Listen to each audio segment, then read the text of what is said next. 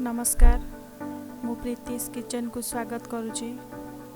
मु आज गोटे आपण मान सहित गोटे रेसिपी शेयर करी झुडुंग मंजी तरकारी।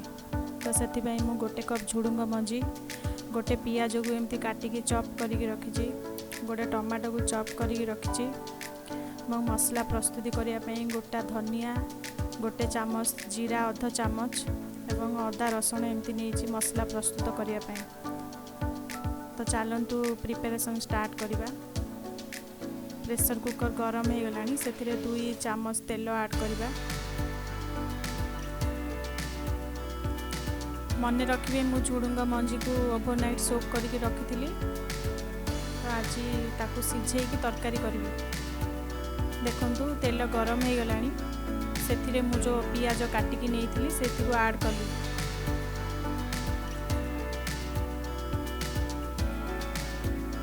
पियाजटी भल भाव में भाजी हो गलानी। बर्तमान आम मसला टी को ऐड करवा।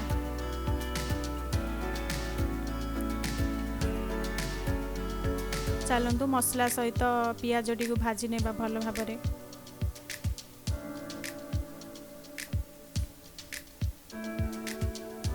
मसलाटी जमती तले न लगे से मु किछि पानी ऐड करी। हाफ कप पानी देवी मसला रे।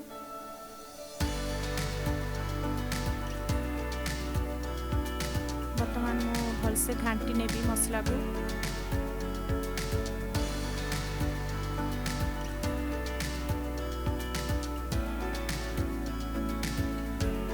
एबे मु गोटे चामच हलदी गुंड ऐड कली एवं स्वाद अनुसार लुण ऐड कली।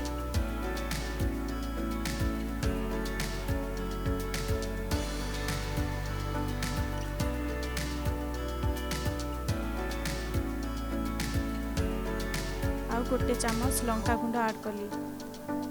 आपण टेस्ट अनुसार लंका गुंड ऐड करेंगे। तो ये सब मसला को मुझे मिक्स करी।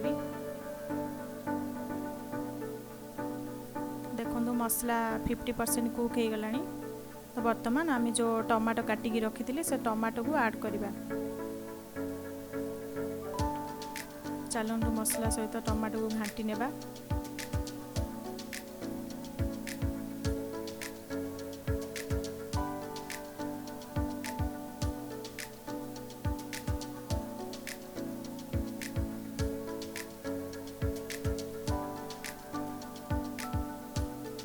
आधा कप पानी देकी मसलाटी को कषि नेबा। मन रखिए मसलाटी को भलरे कषिले तार कंचा स्मेल बाहरी जीव, तरकारी भल टेस्ट आसीबो। तो बर्तमान मसला कषि हो गलानी, 2 मिनिट कषिबे। तो एबे मु जो झुडुंग मंजी सिझा रखी ताकू ऐड करी। मसला सहित घांटी नेबा।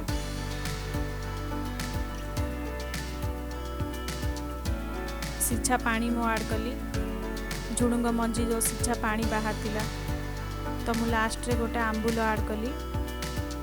तो देखंतु आमर तरकारी रेडी हो गलानी। मु मात्र 2-3 मिनिट कुक कली। मन रखिए मु आगरू एटा सिझेइथिली।